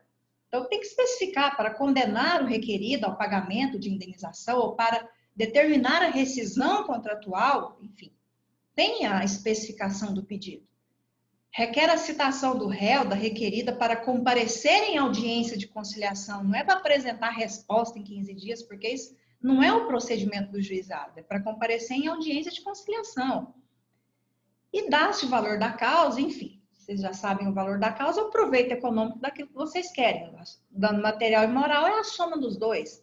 Dano material é o valor do dano material, dano moral é o valor do dano moral. Se quer declarar a inexistência de um débito, é o valor do débito, mais... Enfim, é aquele proveito econômico, vai ser o valor da causa da ação de vocês. Se tem um pedido de tutela de urgência, esse pedido essa liminar, ela vai ser analisada antes da audiência de conciliação. Então, já vai para a audiência de conciliação. Vocês querem tirar o nome do Serasa, por exemplo. Isso tem que ser analisado antes da audiência. Vai para a audiência. Teve acordo? Ótimo, encerrou o processo. Não teve acordo. O conciliador vai virar para vocês, advogados, e vai perguntar assim, doutora, esse caso demanda prova oral? O que é demandar prova oral? Precisa ouvir autor, réu? Precisa ouvir testemunhas? Vamos supor que no meu acidente com o Hugo, não teve perícia, nada, quem viu? O Gustavo, o William e o Iago. O Iago fala, não, a professora que está certa. O Gustavo e o William, não, quem está certo é o Hugo. Então, eu tenho uma testemunha, o Hugo tem duas. E a gente precisa da prova oral, que é a única prova que nós temos. Aí sim, vocês, advogados, que dizem para o conciliador, a gente precisa de prova oral. O conciliador vai virar para vocês e falar duas coisas. Para o réu, no caso, né? O senhor tem 15 dias para apresentar a contestação ou a contestação até o dia da audiência de instrução e julgamento. Porque se ambos os advogados chegam num acordo da audiência de instrução e julgamento, ela vai acontecer. O que pode acontecer é um virar e falar sim e o outro falar não. Aí é o juiz que vai decidir se vai ter a audiência de instrução e julgamento. Mas, enfim, abre-se um prazo de 15 dias para a resposta do réu. Não cabe reconvenção no juizado. Não cabe reconvenção no juizado. Vocês podem anotar, não é cabível reconvenção. Reconvenção é quando o réu tem uma pretensão contra o autor. Não cabe reconvenção no juizado. E aí faz-se a contestação, colhe-se ali todas as provas que são necessárias. Se houver necessidade de impugnar a contestação, o juiz abre prazo de 15 dias para impugnar essa contestação, o processo vai para a sentença. Ou então, designa-se audiência de instrução e julgamento. Ouve autor, ouve a ré, ouve as testemunhas do autor, ouve a testemunha da ré, e o juiz pode proferir essa sentença em audiência ou fazer os autos conclusos para proferir sentença, mas logo essa sentença sai. Em tese, sai. Uma das características da sentença do juizado, que difere das sentenças, quando vocês estudaram sentença no procedimento comum, vocês estudaram que a sentença tem 3 elementos. Relatório, fundamentação e decisão, que é a parte dispositiva. Na Lei 9.099, dispensa-se um desses elementos, porque é uma sentença mais simplificada. Nos procedimentos da Lei 9.099, dispensa-se o relatório. Nas sentenças do juizado, dificilmente vocês encontrarão relatórios. São sentenças mais curtas. E geralmente começa assim: dispensado o relatório por força da Lei 9.099, passa-se a fundamentação. E aí a sentença já começa na fundamentação, é uma das características. Hugo, qual a diferença? Vou falar agora, Hugo, no nosso exemplo mesmo. Mas vamos supor que nesse caso, meu e do Hugo, eu acho que eu estou certa e o Hugo me deve 8.000 de danos no meu carro. O Hugo acha que ele que está certo e eu que tenho que pagar 10.000 para ele. O Hugo foi lá, ajuizou a ação em Petrolina, que é o domicílio dele. A gente vai para uma audiência de conciliação, nós não temos acordo. E aí abre-se prazo de 15 dias para eu apresentar minha defesa, minha contestação. Eu estou alegando que a culpa foi dele e não foi minha. E que eu tenho prova que a culpa foi dele. Que, na verdade, é ele que tem que me indenizar no valor de 8.000. Eu sou ré e tenho uma pretensão contra o Hugo. E não cabe reconvenção no juizado. Não cabe a reconvenção. Mas o réu ou a ré, o artigo até traz dessa forma, é lícito ao réu apresentar algo que se chama pedido contraposto contra o autor. Na própria contestação, dentro da própria contestação, o réu faz a defesa, abre um tópico que se chama pedido contraposto e apresenta seus pedidos contra o autor. O Hugo fez uma pergunta interessante. Qual que é a diferença de reconvenção e pedido contraposto? Hugo, hoje, depois do CPC de 2015, que antes eu te falaria que muitas, porque a reconvenção ela era uma peça separada, ela era praticamente uma petição inicial, ela tinha até valor da causa, tinha recolhimento de custas. Como a reconvenção hoje fica dentro da própria contestação, eu vou te falar que a diferença é o nome. É o nome. Porque a essência é a mesma, né? a essência é a mesma, o procedimento é o mesmo, o local onde é apresentado é o mesmo, porque é dentro da contestação, é uma forma do réu postular contra o autor dentro daquela mesma ação. Então, hoje a diferença vai ser o nome.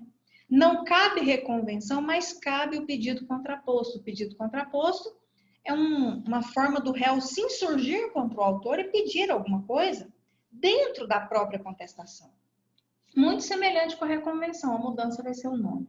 Não cabe reconvenção no JEC, mas cabe o pedido contraposto. Gente, feitas essas considerações aqui, vamos fazer alguns estudos de caso para a gente extrair algumas teorias, porque vai acabar ficando o sistema recursal, para a gente poder finalizar na próxima aula e já entrar em juizado especial federal. Deixa eu compartilhar umas telas aqui. Quem que tinha conversado comigo aqui da sala sobre algumas dúvidas em estudo de caso?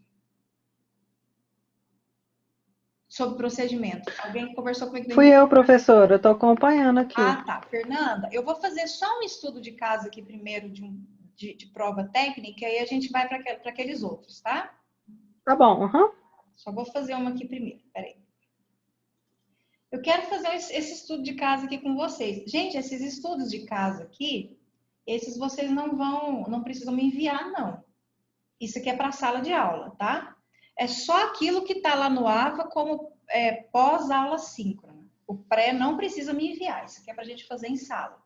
Hoje a gente vai fazer só desse caso 2 aqui, depois a gente vai passar para outros ali junto com a Fernanda. Olha esse caso aqui. Indeferido um pedido de produção de prova técnica, não é perícia, tá? Aqui que a gente vai ver a diferença de perícia para prova técnica. Indeferido um pedido de produção de prova técnica em uma ação de indenização por danos materiais causados por acidente de trânsito que tramita perante um JEC, foi indeferido.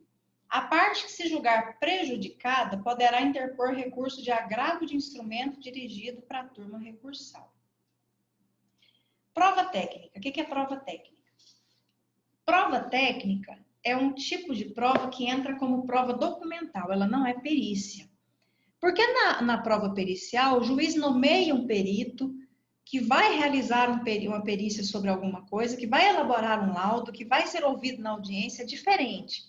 A prova técnica, que é um documento que foi feito por um técnico sobre aquele fato para poder reforçar o argumento. No meu acidente com o Hugo, ele pede um documento em que alguém da área técnica, da área mecânica, descreva os danos que foram causados e os respectivos valores por meio de um laudo técnico. Isso é prova técnica, isso é permitido no juizado. Isso entra como prova documental. É um laudo de um técnico sobre os danos que foram causados. Ou aqueles famosos 3 orçamentos que se pede. São documentos de pessoas de áreas técnicas diferentes que sabem ali descrever exatamente do que se trata. Defeitos, por exemplo, você está com um defeito na sua televisão ou no seu celular e a loja não quer te ressarcir, te indenizar, e você pede para alguém da área fazer um laudo técnico dizendo se é um defeito que veio de fábrica, o que aconteceu, e você junta isso. Isso é prova técnica. A prova técnica é permitida no juizado. A perícia que não é permitida. Então, o Hugo ele quer apresentar um laudo de uma pessoa da área mecânica para descrever alguns danos que foram apresentados, que surgiram aí no decorrer do uso do veículo em razão do acidente. E aí, isso é permitido, por isso que é diferente de prova pericial. A prova técnica é permitida, ela entra como prova documental. E aí, de repente, o juiz interfere. E ele quer interpor recurso de agravo de instrumento para a turma recursal. Primeira coisa que a gente extrai aqui. Prova técnica é permitido no JEC.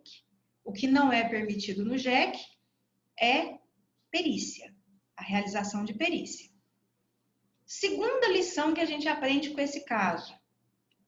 Não cabe agravo de instrumento de decisões interlocutórias no JEC. Não cabe. As decisões interlocutórias no JEC são irrecorríveis. Não cabe recurso. Das decisões interlocutórias no juizado, não cabe recurso. Professora, mas o que eu faço? Se você se sentiu prejudicado, o que você vai ter lá na frente? Um recurso da sentença.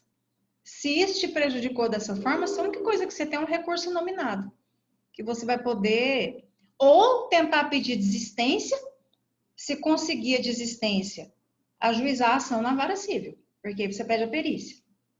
Agora, nessa situação, ou por exemplo, vocês têm que entender que vocês vão para o juizado sabendo das limitações do juizado. O juizado tem muito não.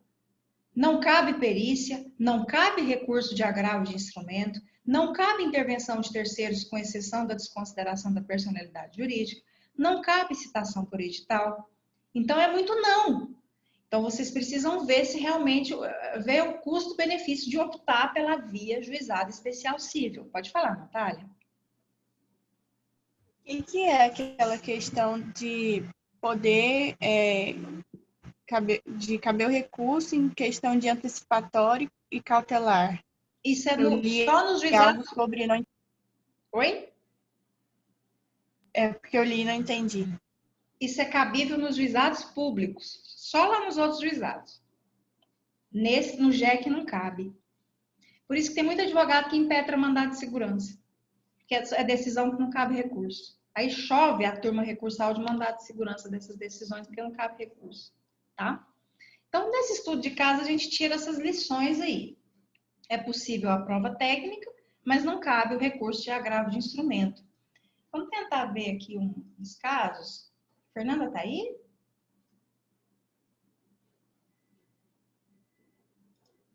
Sim, professora, tô aqui. Vamos dar uma olhada aqui, ó, Fernanda. Caso aqui. A Saneago contratou uma empresa para serviços de reparo e manutenção na sua rede de informática, no seu prédio, localizado em Anápolis, conforme a legislação de regência, a legislação vigente. Durante o contrato, a empresa que foi contratada passou a reiteradamente a descumprir as obrigações do contrato, o que resultou em falhas do sistema da internet para a Saneago, e a Saneago teve um prejuízo de R$20 mil. Então, aqui a Saneago parece que ela que está sofrendo a lesão aqui, o dano, né? Ela que vai processar, pelo que eu estou vendo aqui. Nesse caso, para compelir, para obrigar a empresa que foi contratada a executar as obrigações contratuais assumidas e a reparar os prejuízos, apresente uma solução jurídica. Primeira coisa é identificar o procedimento. Como na prática, vocês podem optar, isso aqui você pode mandar tanto para um juizado especial civil como para uma vara civil, mas se você tiver,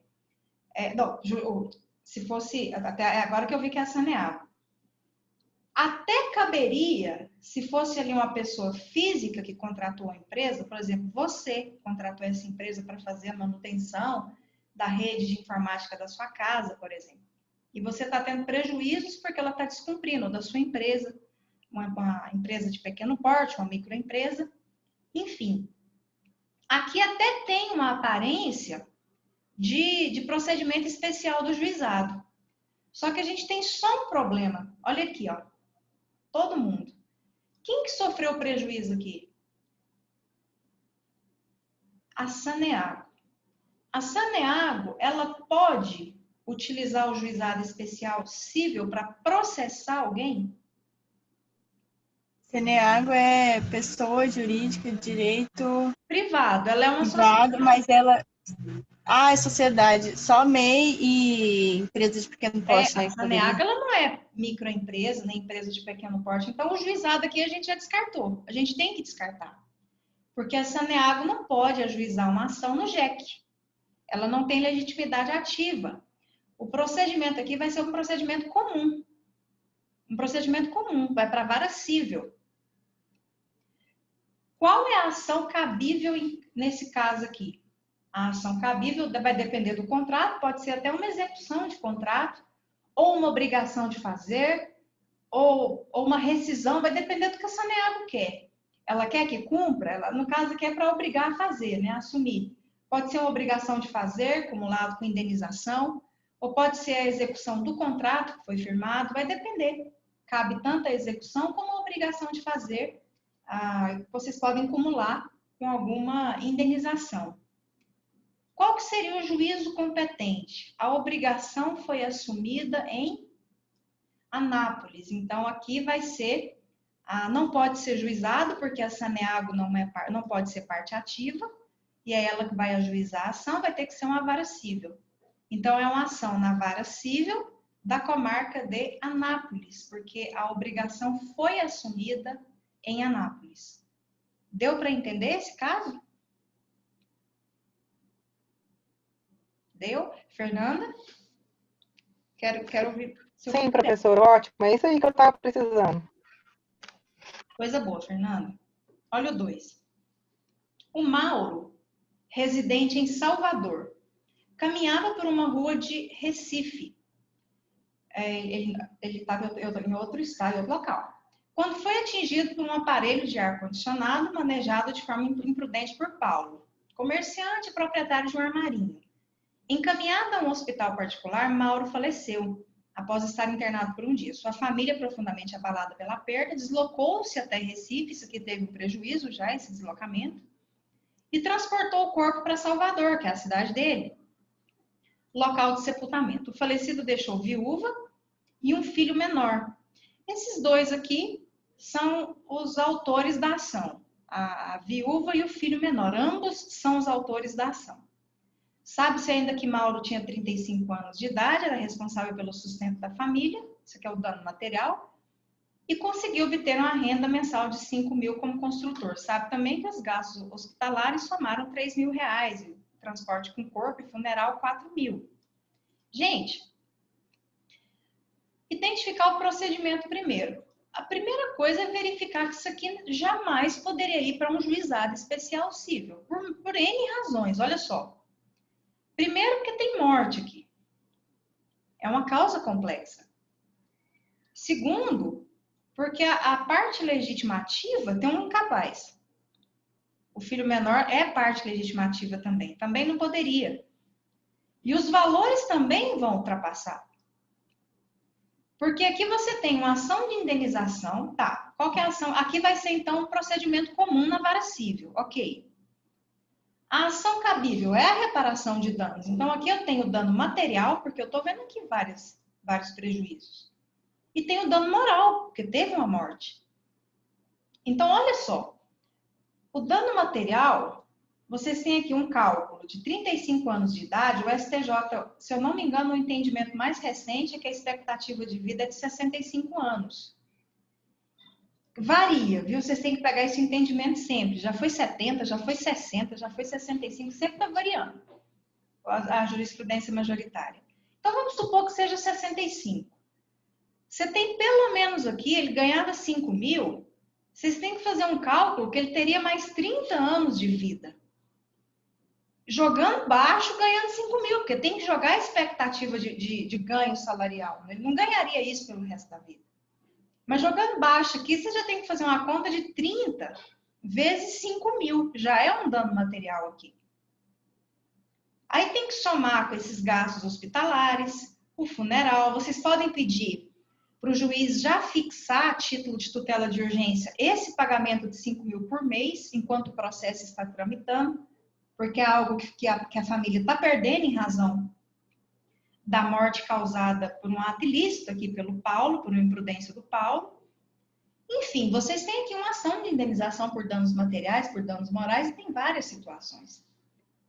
Identificar o juízo competente, a vara civil. Nós não podemos mandar uma ação dessa para o juizado por N razões que nós vimos aqui. E o local é uma ação de indenização, e a gente aprendeu que o foro competente é o domicílio do autor ou o local do fato. Essa ação pode ser tanto em Salvador como pode ser em Recife. certamente vai ficar mais fácil, pela vulnerabilidade aqui na situação, que essa ação seja em Salvador. Mas também não seria errado que ela fosse em Recife, porque prevê essa possibilidade de ser em Recife. Deu para compreender esse caso? A análise desse caso? Deu sim.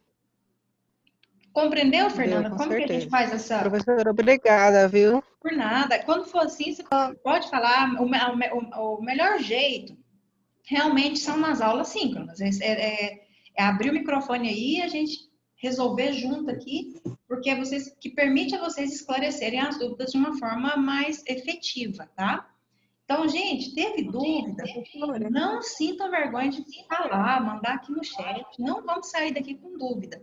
Vamos sempre fazer esses estudos de caso para a gente poder compreender na prática algumas situações do que a gente está estudando aqui. A gente já viu quase tudo de juizado. Falta a parte recursal, mas é muito rápida. A gente vai ver na próxima aula que é um sistema diferenciado. Vocês estudaram que de sentença cabe apelação, né? Que é dirigida ao juiz que proferiu a sentença, mas é julgada pelo Tribunal de Justiça. No juizado nós não temos essa sistemática. Temos um sistema recursal muito particular e peculiar do juizado, que são as turmas recursais compostas por 3 juízes de primeiro grau. Até o próprio recurso se chama recurso inominado, não é a apelação. Enfim, a gente estuda esse sistema recursal na próxima aula e já entra no estudo do juizado especial federal, a Lei 10.259, já na próxima aula. Ficou alguma dúvida?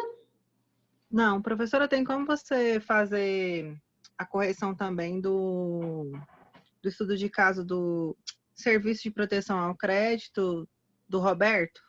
A gente não fez Você já fez na primeira aula, não? Ah, eu perdi, então, desculpa. Eu vou olhar tá. quando você está no link. Mas Eu não me recordo, não, se fez a correção.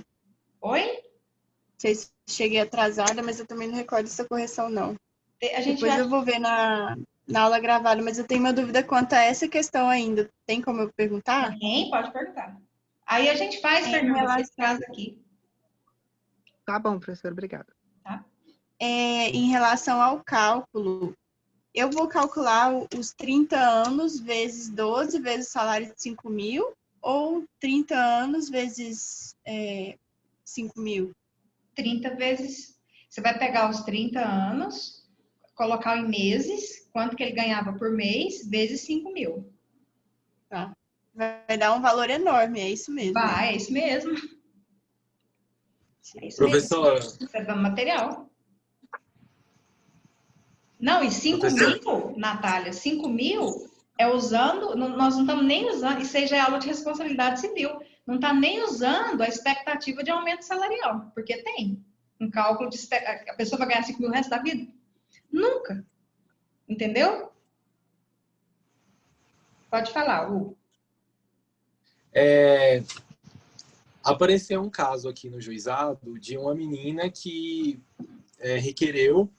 entrou com a ação requerendo a expedição de alvará de um valor que estava depositado na conta do pai dela falecido. Uhum.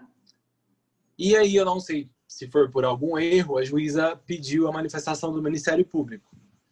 E aí, o Ministério Público interveio e falou que não era causa de intervenção porque não era incapaz. Mas nesse caso, se ela fosse menor, ela teria que ter a intervenção do Ministério Público, seria de competência do juizado especial. Menor? Minha pergunta, na verdade, é se ela fosse menor. Porque, como a doutora pediu a manifestação do Ministério Público, eu imaginei que poderia, por alguma causa, ele intervir. A minha pergunta, na verdade, é se existe alguma possibilidade do Ministério Público intervir no juizado especial. A lei não veda a intervenção do Ministério Público no juizado especial, Hugo. Te respondendo claramente, você pode observar que em nenhum momento a Lei 9.099 veda a intervenção do Ministério Público. Por isso que eu não falei, não haverá a intervenção do Ministério Público. Em regra, ela não acontece, mas a lei não veda. Depois você faz a leitura para você ver, tá? Só em relação, já vou falar sobre as atividades para a gente fechar.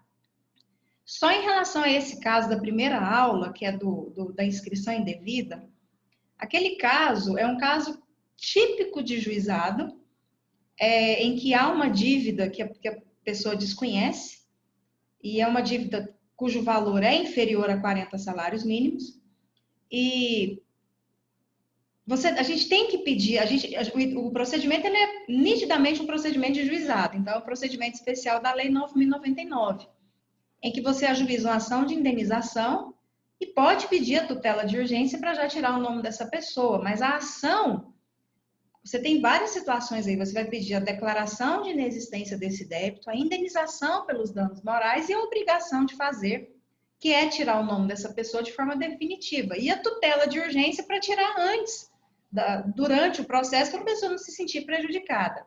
É uma ação de indenização por danos morais, cumulado com declaratória de inexistência de débito, porque não é da pessoa esse débito, cumulado com a obrigação de fazer, que é a retirada do nome da pessoa do serviço de proteção ao crédito.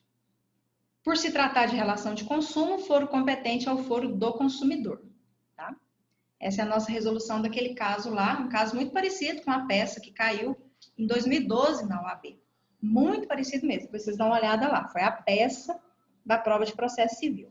Gente, agora que tudo está no AVA, que nós migramos para o AVA, deixa eu só explicar umas situações. Lá no AVA, tudo aquilo que está em atividade pré-síncrona, não é para entregar. Aquilo a gente resolve em sala, aqui em sala. A gente sempre está fazendo, estudo de caso. Aquilo lá é para colocar antes. Aquilo é para vocês lerem e virem para a aula com aquele caso na cabeça, porque nós vamos resolver aquele caso aqui na aula. Não é para me enviar nada que está naquela parte pré. Pré não envia nada. Pré é para discussão aqui, na aula síncrona. Tá. O que é para ser enviado? O que é para ser enviado é o que está no pós. Acabou a aula, tá lá. Tem lá um arquivo com algumas perguntas, acho que 2 ou 3 perguntas. Aquilo que é para ser enviado, esses estudos de caso que a gente faz aqui em sala, eles não são enviados, não é para ser enviado, é para discutir em aula. Se fosse na nossa aula presencial, eu estaria colocando esses casos no quadro lá e, gente, vamos fazer estudo de caso aqui.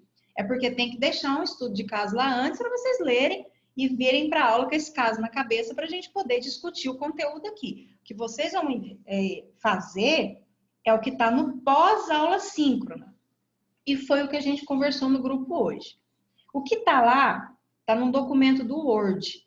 Esse vocês vão fazer, entregar até a próxima semana e vão enviar por e-mail, naquele e-mail lá do AVA mesmo. Só que realmente dá muito trabalho para todo mundo, tanto para vocês, até pensa para o professor. Eu não sei se eu contei para vocês, o Juracites que entrou no AVA dele tinha 247 e-mails lá para abrir. Eu entrei hoje, agora a gente tinha 63 já. Então, para ficar mais fácil para todo mundo, foi o que a gente falou no grupo hoje à tarde. Sempre no pós, eu vou criar aquelas tarefas tipo a prova, para vocês marcarem já direto no sistema, que é o próprio sistema já me dá a correção de vocês. Eu cadastro a resposta correta e o próprio sistema facilita para vocês. Vocês clicam lá, vão responder já direto. Não precisa me enviar, porque já vai ficar salvo. E o sistema já apresenta para mim a resolução. Então, a gente sempre vai fazer de múltipla escolha, para facilitar para todo mundo. Casos também, mas de múltipla escolha, tá? Então, atividade. Nada lá está escrito... é o que tiver questões avaliativas. As questões avaliativas, a parte de questões avaliativas que é que vocês têm que entregar. Só que hoje no grupo nós definimos que a gente vai fazer de múltipla escolha no próprio sistema para não ter que me enviar por e-mail. O que vocês vão enviar por e-mail é que está no pós-aula síncrona até hoje. Na semana que vem não vai ter mais arquivo no Word lá, já vai ser direto no sistema para vocês responderem. Agora, tudo que está no pré-aula síncrona nunca é para ser enviado. Isso é para discutir em sala de aula, são esses casos que eu abri aqui na tela. Ok? Deu para esclarecer? A Joyce estava com Giovana, conseguiu esclarecer, Giovana? Alguma dúvida? Perfeito, gente. Gente, mais alguma dúvida? Podemos encerrar? Podemos, professora. Obrigada pela aula. Muito obrigada pela presença de vocês. Qualquer dúvida que vocês tiverem aí no estúdio, vocês anotem, tragam para a gente poder discutir aqui na sala de aula, tá bom? E vamos conversando lá no grupo, vamos fazendo dessa forma. Muito obrigada, hoje tem muitas câmeras ligadas, fiquei feliz, muito feliz mesmo. E é isso, não tenho vergonha de abrir as câmeras não, tá? Você pode estar deitado, comendo. O Iago estava comendo um negócio aí, que, pelo amor de Deus, que fome.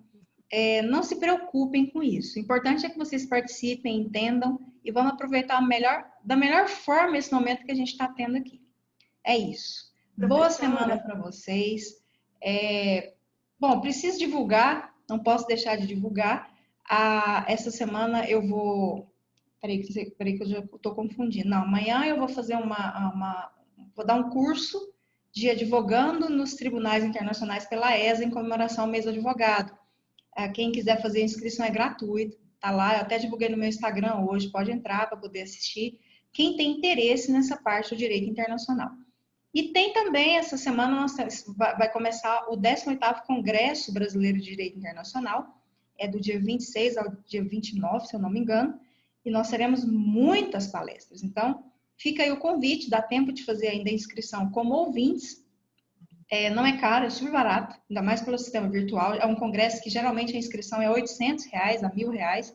Para ouvintes, agora, por ser virtual, dá 50. Então, compensa muito. Se vocês estiverem até precisando de horas, viu? Participem.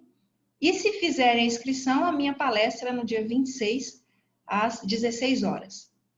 Também é algo envolvendo direito internacional. Então, fica aí os convites para vocês poderem participar desses eventos essa semana, tá? O de amanhã é gratuito, ok? Amanhã. Dia de amanhã à noite é gratuito. É isso. Uma boa semana para vocês. Qualquer dúvida, chama lá no grupo, tá bom? Professora, só a última pergunta. Semana que vem é recurso nos juizados, o tema? A gente vai fazer o sistema recursal do JEC, né? Fechar juizado e já entrar no Juizado Especial Federal. Tá bom, obrigada. Obrigada pelo convite, pela aula. Obrigada, gente. Boa semana para vocês.